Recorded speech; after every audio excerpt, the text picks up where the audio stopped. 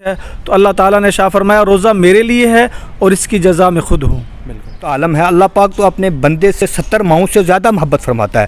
अस्सलाम वालेकुम व आदाब। आपका मेज़बान मोहम्मद जाफ़र आपकी खिदमत में हाजिर है और आप देख रहे हैं डेली लाज़वाल। कल से माह रमज़ान शुरू हो रहा है और माह रमज़ान के हवाले से हमारे साथ खुसूसी बातचीत करने के लिए मुफ्ती शकील अहमद सकाफ़ी साहब मौजूद हैं, जिनसे हम रमज़ान के मसाइल को लेकर खुसूसी बातचीत करेंगे। मुफ्ती साहब, सबसे पहले तो खैर मकदम है आपका हमारे न्यूज़ चैनल में। जज़ाकल्लाह शुक्रान। मुफ्ती साहब, सबसे पहले मैं जानना चाहूँगा माह रमज़ान के हवाले से, माह रमज़ान में कौन से आमाल किए जाएँ, कौन सी इबादत की जाएँ? बिस्मिल्लाहिर्रहमानिर्रहीम। फ़क़द क़ालल्लाहु अज़्ज़ा व जल्ला फ़िल क़ुरआनिल मजीद वल फ़ुरक़ानिल हमीद। या अय्युहल्लज़ीना आमनू कुतिबा अलैकुमुस्सियामु कमा कुतिबा अलल्लज़ीना मिन क़ब्लिकुम लअल्लकुम तत्तक़ून। अल्लाह पाक इरशाद फरमाता है, ए ईमान वालो, तुम्हारे ऊपर रोज़े फ़र्ज़ किए गए जैसा कि तुमसे पहलों पर फ़र्ज़ किए गए थे।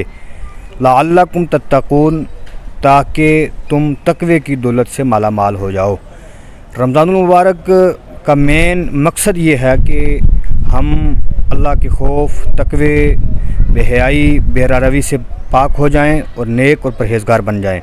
लिहाजा हर वो काम जो बेहयाई, बेरारवी, बदअमनी और इसी तरह जो भी गैर शरई काम हैं उनसे बचने का नाम रोज़ा है।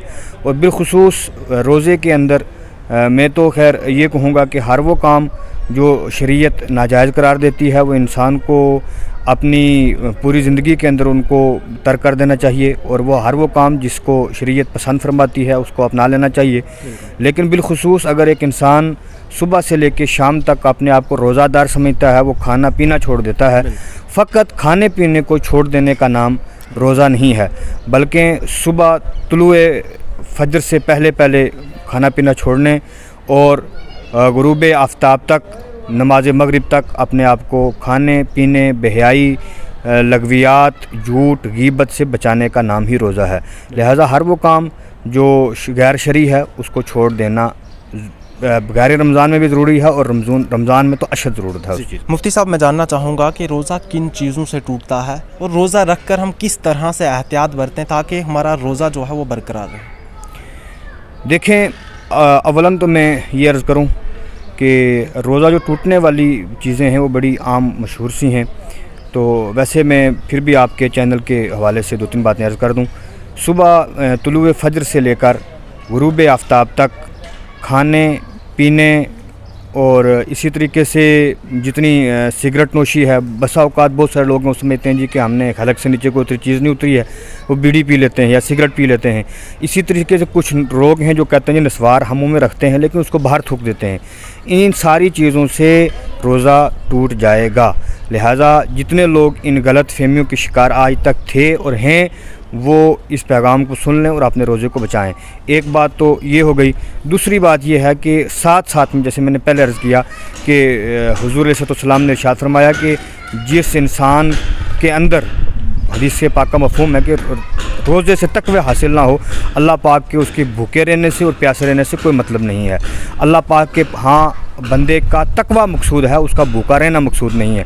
लिहाजा जब आप सुबह फजर की नमाज़ पढ़ें, उसके बाद तिलावत करें, और अगर आप किसी महकमे से ताल्लुक़ रखते हैं आप उसका काम बखूबी अंजाम दें। उठ के अब अपने ऑफ़िस, अपने काम काज के लिए जाएँ, 5 वक्त नमाज़ें पढ़ें और वापस जब घर आएँ तो दिन भर आपको वैसे भी इस्लाम का तरीका ये है कि आप रिश्वत से, बेहयाई से, बेरारवी से, झूठ से पाक रहें और बिलखुसूस अपने रोज़े को बचाने के लिए इस माह मुक़द्दस में इन तमाम चीज़ों को तर्क कर दें। मुफ्ती साहब, तरावी के बारे में क्या हुक्म है? अक्सर देखा जाता है कि लोग रोज़ा तो रखते हैं लेकिन तरावियों के वक्त वो मतलब तरावी अदा नहीं करते, इसके बारे में क्या हुक्म है?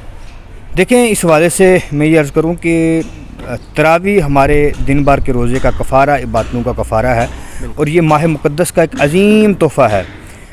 और हुज़ूर अलैहिस्सलाम की हदीस पाक का मफ़हूम है कि जिसने इस माह मुक़द्दस को पाया, यानी रमज़ान शरीफ को पाया और मग़फ़िरत ना हासिल कर सका, वो बदबख्त है। और इस माह मुक़द्दस में अगर आप अपने नफ्स की बात को मानते हुए, ये नफ्स की आरज़ू होती है कि इंसान ने मगरिब की नमाज़ पढ़ी और फिर ईशा के टाइम इंसान जल्दी से 2 4 रकातें फ़र्ज़ पढ़ी, 2 सुन्नतें पढ़ी, वितर पढ़ी और भाग के फिर गैर रमज़ान की तरह घर चला गया और तरावी छोड़ दी। इस माह मुक़द्दस में भी अगर आप नफ्स को कंट्रोल करके अल्लाह पाक की रहमतों से, मग़फ़िरतों का दरवाज़ा अपने लिए बंद करते हैं तो ये आपकी बदकिस्मती है। लिहाजा इस माह मुक़द्दस की इबादतों को अपने लिए रहमत बरकत तस्वर करते हुए बाहर सूरत तरावी की अदायगी को अपने लिए ज़रूरी बनाएँ, मसाजिद का रुख करें। हाँ मुफ्ती साहब, मैं जानना चाहूँगा, इस वक्त कोरोना जैसी जो है वबाई बीमारी फैली हुई है, तो आवाम का एक सवाल है कि क्या कोरोना वैक्सीन लगाने से रोज़ा टूट जाता है या रोज़ा टूट जाएगा, इसके बारे में क्या होगा? देखें, अवलन बात तो ये है कि वैक्सीन की टाइमिंग अगर आप मगरिब के बाद उसको लगा लें और सुबह तक टाइम रहता है, और वैसे भी रात को 10 बजे तक इनके जो है वो ऑफिस वगैरह और घर तक अब जो है उसकी कोविड-19 की वैक्सीन की रसाई मौजूद है। ऐसा कोशिश करें कि आप इफ्तारी के बाद लें। उसकी कई एक वजूहात हैं। एक तो ये है कि जब आप फ़र्स्ट टाइम आप फ़र्स्ट डोज़ उसका लेते हैं तो उससे आपका मैदा ऑलरेडी खाली होता है, तो इंसान जब खाया पीता होता है उस वक्त भी उस वैक्सीन के ऊपर इंसान का इतना असर रहता है, इतनी हैवी वैक्सीन होती है कि इंसान को बुखार 2 दिन तक रहता है। लिहाजा रोज़े की हालत में इंसान वैसे भी उसके आज़ाए जिस्मानी ना खाने पीने की वजह से कमज़ोर हो जाते हैं।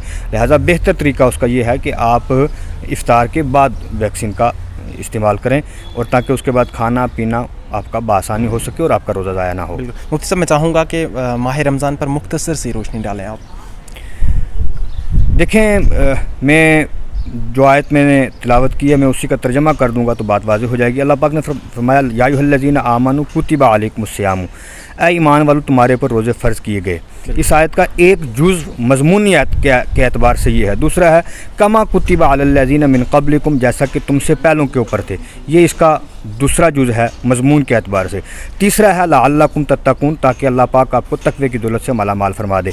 ये मैंने आयत का मफ़हूमी तर्जमा किया है ताकि सामईन हाज़रीन नाज़रीन इसको बआसानी समझ जाएँ।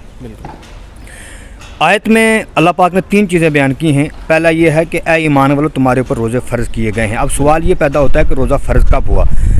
रमज़ान मुबारक सन 2 हिजरी को हुज़ूर अलैहिस्सलाम के ऊपर फ़र्ज़ हुआ, यानी हिजरत के दूसरे साल। हुज़ूर अलैहिस्सलाम की का विसाल मुबारक ज़ाहिरी विसाल 11 हिजरी को हुआ। तो कुल मिला के हुज़ूर अलैहिस्सलाम की ज़िंदगी में ज़ाहिरी ज़िंदगी में 9 रमज़ान मुबारक आए। 2 हिजरी में रोज़ा फ़र्ज़ हुआ और 11 में हुज़ूर का विसाल हो गया। इन 9 रमज़ानों में से 7 रमज़ान 29 रोज़ों के थे और 2 जो है वो बाकी वाले 9 में से वो 30 के थे। हुज़ूर अलैहिस्सलाम की एक हदीस पाक का मफ़हूम भी यहाँ सुनते चलें। हुज़ूर ने फरमाया 29 का रमज़ान हो या 30 का हो, सवाब 30 का ही मिलेगा। लेकिन अल्लाह पाक की बारगाह में हुज़ूर ने अर्ज़ की कि या अल्लाह, ये जो मेरी उम्मत है इसको खुशी ज़्यादा जो मैसर होती है वो चाँद देखने की, वो 29 को होती है। लिहाजा अल्लाह पाक की रहमत बरकत देखें कि अल्लाह पाक ने हुज़ूर की ज़िंदगी में 9 रमज़ान मुबारक अता फरमाए और 9 में से 7 किसके हैं? 29 के हैं और 2 30 के हैं। ये हुज़ूर की इनायत है हमारे लिए और ये अल्लाह का फजल करम है बतफ़ैले हुज़ूर मुस्तफ़ा सल्लल्लाहु अलैहि वसल्लम। एक बात, आयत का दूसरा हिस्सा ये है कमा कुतिबा अलल्लज़ीना मिन क़ब्लिकुम, जैसा कि तुमसे पहलों पर फ़र्ज़ थे। अब सवाल ये पैदा होता है कि पहले कौन थे, किन पर फ़र्ज़ था? तो रोज़े का तारीख़ी पस मंज़र और पहले का ये है कि हज़रत आदम अलैहिस्सलाम की नस्ल के जो तीसरे बादशाह थे, नाम उसका तैमूरस था, तो पूरा उसको बोलते थे तैमूरस अस्सालिस। अस्सालिस का मतलब होता है अरबी में तीसरा। इस बादशाह के दौर में कहत साली पड़ गई। कहत साली जिस कौम के ऊपर पड़ी तो वो कौम भूख से खाना ना मिलने की वजह से मरने जब लगी, तो उस बादशाह ने ऐलान ये किया कि सारे लोग एक वक्त का खाना खाएंगे, सुबह का यानी, और फिर दोपहर वाला बीच वाला खाना छोड़ देंगे और शाम को खाना खाएंगे। जब उसने ये ऐलान किया तो कौम ने उसके ऊपर अमल पैरा हुए। जब वो अमल पैरा हुए तो अल्लाह पाक को ये अमल बड़ा पसंद आया। अब आप अगर यहाँ चंद लम्हों के लिए एक बात को सुनेंगे और समझने की कोशिश करेंगे, और हाज़रीन जो मुझे देख रहे हैं, कि अल्लाह पाक ने जो रोज़े की बुनियाद जहाँ से पड़ी है वो एक एहसास के ऊपर पड़ी है। इसीलिए बहुत सारे लोग, मैंने गुज़श्ता जुम्मे को भी सवाल से अर्ज़ की थी कि माह मुक़द्दस में कोशिश करते हैं कि ज़कात खैरात अपने निकालें, लेकिन वो सुस्ती काहिली उनकी इतनी ये होती है कि वो हमारे पास 20-25 रोज़े के बाद ये कोशिश करते हैं। उनकी नीयत ये होती है कि जी हमें रमज़ान से सवाब मिल जाए, लेकिन वो सवाब की तड़प में तो होते हैं, लेकिन जो मकसूद है, जो असले मकसद है माह मुक़द्दस के अंदर ज़कात निकालने का, उसको भूल जाते हैं। अल्लाह पाक हमारी ज़कातों का मुतायन नहीं, हमारी नीयतें जो हैं अल्लाह पाक उनके ऊपर फैसले फरमाता है। लिहाजा जो लोग मुझे सुन रहे हैं आपके लाजवाल चैनल के माध्यम से, मेरी उनसे रिक्वेस्ट ये है कि अल्लाह पाक ने इस माह मुक़द्दस की बुनियाद एहसास के ऊपर, फीलिंग के ऊपर रखी है। लिहाजा आप कोशिश ये करें कि जब आपने सदक़ात और ज़कात निकालें, पहली कोशिश तो ये है कि वो रमज़ान से एक दिन पहले निकाल दें। इस नीयत से निकालें कि या अल्लाह जब मेरी ये ज़कात उस गरीब के घर पहुंच जाएगी जो गरीब सुबह सहरी खाकर बस अड्डे की तरफ भागता है कि या अल्लाह मुझे क्या हो जाए, कोई ग्राहक मिल जाए, कोई आदमी मुझे मजदूरी पे ले जाने वाला मिल जाए, और जब 11 बजे तक उसको उधर धूप की शिद्दत तड़पाती है, उसको इधर उसको प्यास की शिद्दत होती है, रोज़े को जो रखा हुआ होता है उसने, उस वक्त तक जब उसको कोई बंदा सामान उठाने के लिए नहीं उसको ऑफ़र करता है, फिर उसको मजदूरी नहीं मिलती है, फिर जब वो खाली हाथ वापस पलट के घर की तरफ आता है, आप उसकी फीलिंग को समझें कि उसके पाँव के ऊपर वज़न लाखों मान भारी होता है। उसके घर में उसकी बीवी है, उसके बच्चे भूखे हैं, उसको इफ्तारी की फ़िक्र है, उसको वापसी में रास्ते में आते हुए वाटर मिलन भी दिखते हैं, खरबूजे भी दिखते हैं, लेकिन उसको तो इतनी उसको गुर्बत उसको इतनी तंग की होती है कि उसके पास तो रोटी के लिए आटा मैसर नहीं होता है। और हम क्या सोचते हैं कि हम जनाब अभी रमज़ान को, अभी शुरू रमज़ान है, हमने ज़कात कब निकालनी है? 25 रमज़ान के बाद। अब आप ये कोशिश करते हैं कि गरीब के तक जी चलो हम कम अज़ कम इफ्तारी का खाना पीना ही, ये इफ्तारी के लिए कोई चीज़ पहुंच जाए, फिर 1-2 किलो कोई बंदा तरबूज पेश कर देता है, लेकिन उसको तरबूज से किस काम, जिस बंदे के घर पे सहरी और इफ्तारी के लिए खाना मैसर ना हो। लिहाजा मेरी कोशिश ये रहेगी कि अगर आपको माह मुक़द्दस में ज़कात निकालनी है, आप तो वैसे भी अल्हम्दुलिल्लाह आज कल से रमज़ान मुबारक की शुरुआत है, तो आप कोशिश करें कि कल फर्स्ट रमज़ान को ही अपनी ज़कात, सदक़ात, खैरात निकालें और गरीबों तक पहुँचा दें, ताकि वो गरीब जब मजदूरी उसको ना मिले वापस घर पलट के आए तो वो मायूस ना हो, उसको पता हो कि मेरे घर में आटा चावल मौजूद है। एक बात तो ये हो गई। दूसरी बात मैं इस हवाले से ये अर्ज़ करूँगा कि कोशिश करें कि मोमिन का जब महीना पूरा हो, साल पूरा हो जाए, ज़कात के हवाले से ये होता है कि हौलाने हौल, जब भी आपके माल को 1 साल आपके पास मुकम्मल हो जाए उसी वक्त ज़कात निकालना फ़र्ज़ हो जाता है। लेकिन अगर किसी बंदे का अभी 8-9 महीने हैं, वो पहले उसको साल की उस रोटेशन को चेंज करके इस माह मुक़द्दस से शुरुआत कर ले और 1-2 रमज़ान से ज़कात निकालने की कोशिश करें।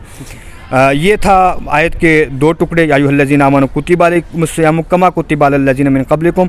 तो उस हज़रत आदम अलैहिस्सलाम की नस्ल के तीसरे बादशाह तैमूरस की इस अदा को अल्लाह पाक ने पसंद फरमाया और उस कौम के ऊपर रोज़े को फ़र्ज़ फरमाया, उससे रोज़े की बुनियाद पड़ी। आयत का तीसरा हिस्सा है लअल्लकुम तत्तकून। इस रोज़े का मकसद ये है कि अल्लाह पाक आपको तक़वे की दौलत से माला माल अता फरमाए। इसी तरीके अब मैं मुख्तसरन एक बात समझाने के लिए अर्ज़ कर दूँ। माँ अपने बच्चे से बहुत मोहब्बत करती है, बेइंतहा मोहब्बत करती है, दिन भर की थकी हो, टूटी हो, किसी भी हालत में हो, रात को जब बच्चा उसका एक उसकी चीख निकलती है, माँ अपनी थकावट को, परेशानी को उतार के फेंक देती है और बच्चे के रोने के सबब को ढूंढने लगती है। ये एक माँ की मोहब्बत का आलम है। अल्लाह पाक तो अपने बंदे से 70 माहों से ज़्यादा मोहब्बत फरमाता है।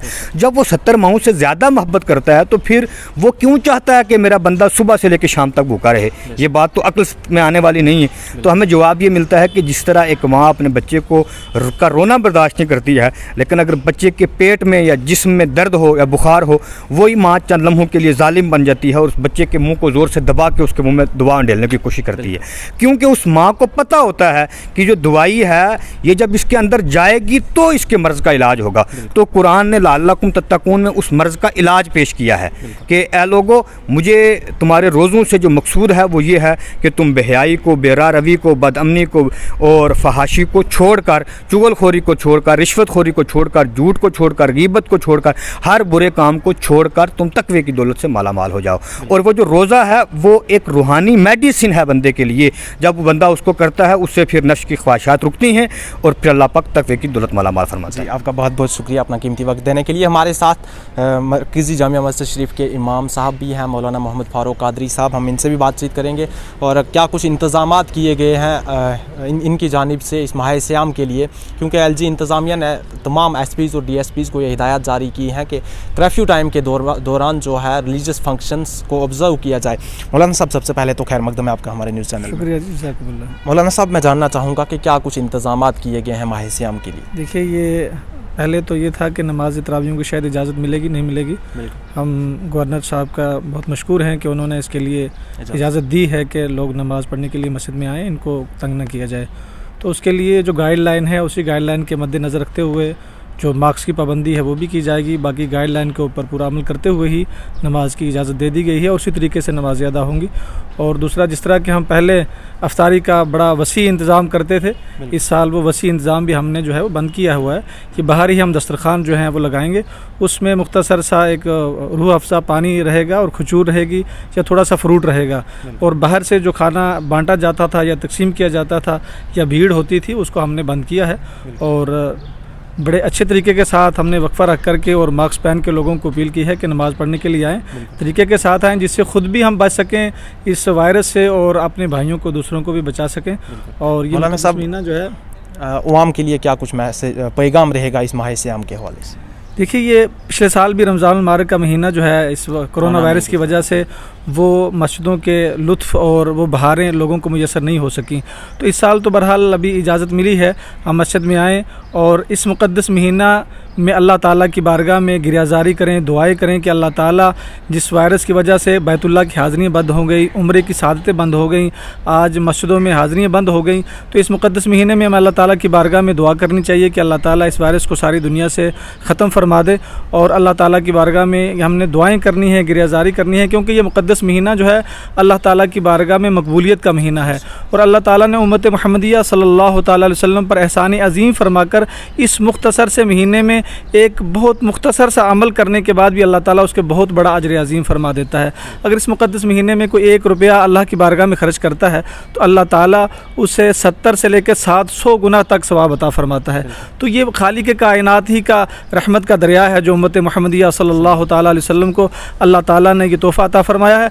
और फिर रमज़ान मुबारक के मुक़द्दस महीने में जब बंदा रोज़ा रखता है तो उसके अंदर वो तक़वा और परहेज़गारी जब पैदा होती है तो अल्लाह ताला ने शाह फरमाया, रोज़ा मेरे लिए है और इसकी जज़ा मैं ख़ुद हूँ। अस्सौमु ली व अना उज्ज़ा बिही। और अल्लाह ताला ने ये फरमाया कि हदीस कुदसी है कि रोज़ा मेरे लिए है और इसकी जज़ा मैं ख़ुद हूँ। बंदा जब रोज़ा रखता है और उसके अंदर तक़वा और परहेज़गारी पैदा होती है और फिर वो अल्लाह तबारक व तआला ही को पा लेता है। तो सबसे बड़ी चीज़ है कि बंदा अल्लाह को पा लेता है। जिसने अपने रब को पा लिया उसने उसके लिए दोनों जहान जो है वो संवर जाएंगे, उसकी दुनिया भी संवर गई और उसकी आखिरत भी संवर गई। आपका बहुत बहुत शुक्रिया मौलाना साहब अपना कीमती वक्त देने के लिए। तो नाज़रीन, अभी हम मरकज़ी जामिया मस्जिद शरीफ रेलवे में जो मरकज़ी जामिया मस्जिद शरीफ है वहाँ पर मौजूद थे। मुफ्ती साहब से भी हमारी बातचीत हुई और मौलाना साहब से भी हमारी बातचीत हुई। किस तरह के इंतज़ामात यहाँ पर नमाज तरावी के लिए और इस माह सियाम के लिए किए गए हैं वो पूरी जानकारी आप तक पहुँचाने की कोशिश की और ख़ासकर माह सियाम की फजीलत पर हमने बातचीत की। तो हम सब का फ़र्ज़, ये रोज़ा जो है हम सब पर फ़र्ज़ है, हर मुसलमान आकिल व बालिग पर जो है रोज़ा फ़र्ज़ है। रोज़ों में दुआएँ करें इस कोरोना वायरस से निजात के लिए, ख़ासकर क्योंकि पिछले साल भी ये कोरोना जैसी महामारी थी और इस साल भी ये कोरोना जैसी महामारी है। हमारी भी अल्लाह पाक से दुआ रहेगी कि जल्द से जल्द इस वबाई बीमारी से हमें निजात मिल सके। ऐसी मज़ीद अपडेट्स के लिए देखते रहिए लाजवाल न्यूज़। अपने मेज़बान को दीजिए इजाज़त।